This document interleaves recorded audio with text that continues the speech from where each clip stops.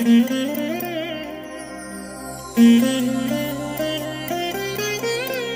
దినం పరము నుండి దిగివచ్చు మాట. ఇది నీ జీవితానికి వెలుగుల బాట. నీ ఒడిలో ఉంచబడిన దీవెనల మూట, అద్భుతాల ఆనంద ఊట.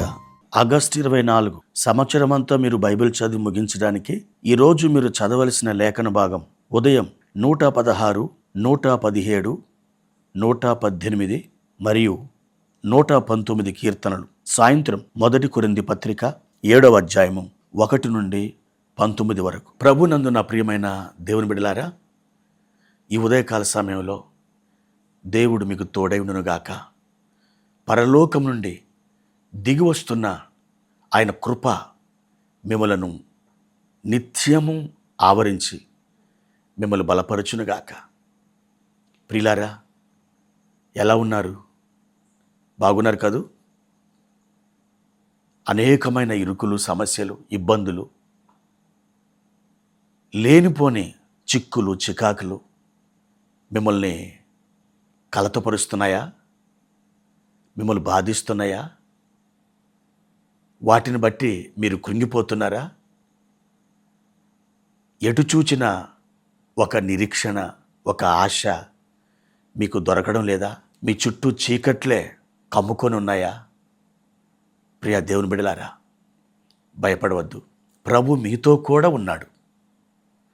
మన యందున్న క్రీస్తు మహిమ నిరీక్షణ అయి ఉన్నాడని కొలస్సీలకు రాసిన పత్రికలో 1వ అధ్యాయం 27వ వచనంలో పరిశుద్ధాత్ముడు పౌలు గారి ద్వారా తేటగా వ్రాయించాడు. అవును దేవుని బిడ్డ, మీ యందున్న క్రీస్తు మహిమ నిరీక్షణ అయి ఉన్నాడు. అవును, మీరు ఎదురు చూడవలసిన దిక్కు పరలోకం. మీరు ఎదురు చూడవలసినటువంటి వ్యక్తి ప్రభు అయిన యేసుక్రీస్తు.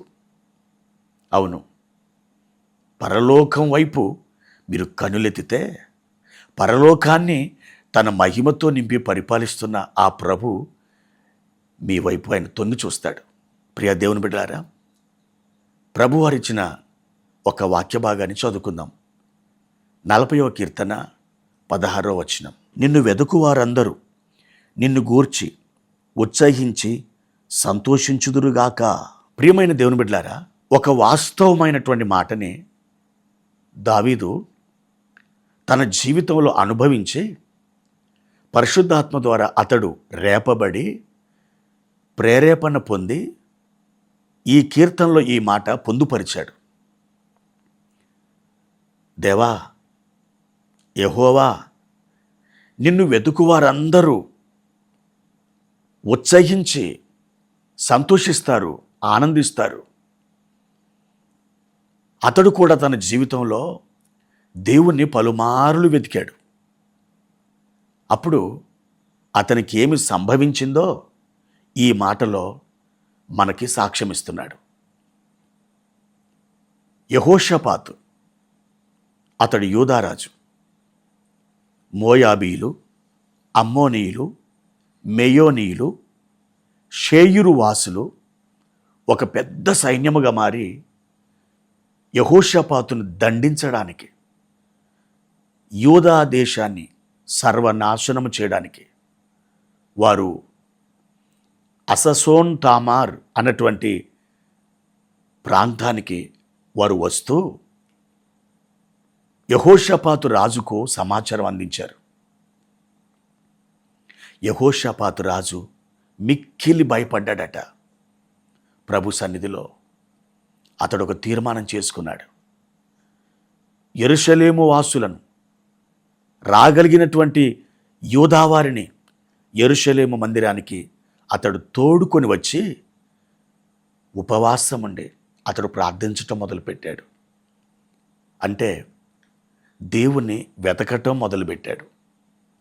ప్రియ దేవుని బిడ్డలారా, ఆ విధంగా యెహోషాపాతు దేవుణ్ణి వెతుకుతున్నప్పుడు దేవుని ఆత్మ ఒక మనిషిని పైకి దిగి వచ్చి, యెహోషాపాతు రాజా, యెరూషలేము వాసులారా, యూదావారులారా, ఈ గొప్ప సైన్యమునకు మీరు భయపడవద్దు, దేవుడే మీ పక్షమున యుద్ధము జరిగించును. ఒక గొప్ప మాట పరిశుద్ధాత్ముడు ఆ దినాన వారితో మాట్లాడి ఉన్నాడు. దేవుని బిడ్డలారా, మీరు ఎప్పుడైతే ప్రభుని వెతకటం మొదలు పెడతారో మీ ప్రతి సమస్యలో, ప్రతి ఇరుకులో, ప్రతి అవమానంలో, ఇబ్బందిలో, చుట్టుప్రక్కల భయాలు మిమ్మల్ని తరుముతున్న సమయంలో దేవునిని మీరు వెతికి ఆయనను మహిమపరుస్తూ ఆయన మీద మీరు నిరీక్షణ ఉంచి ప్రార్థించటం ప్రారంభిస్తారో దేవుని మాట ఇదిగో ఇలాగ సెలవిస్తుంది. మీరు ఉత్సహిస్తారు, మీరు సంతోషిస్తారు. అది ఎలా సాధ్యం? మీ కొరకు మీరు నమ్మిన మీ దేవుడు అనగా మన దేవుడు గొప్ప కార్యమును జరిగిస్తారు.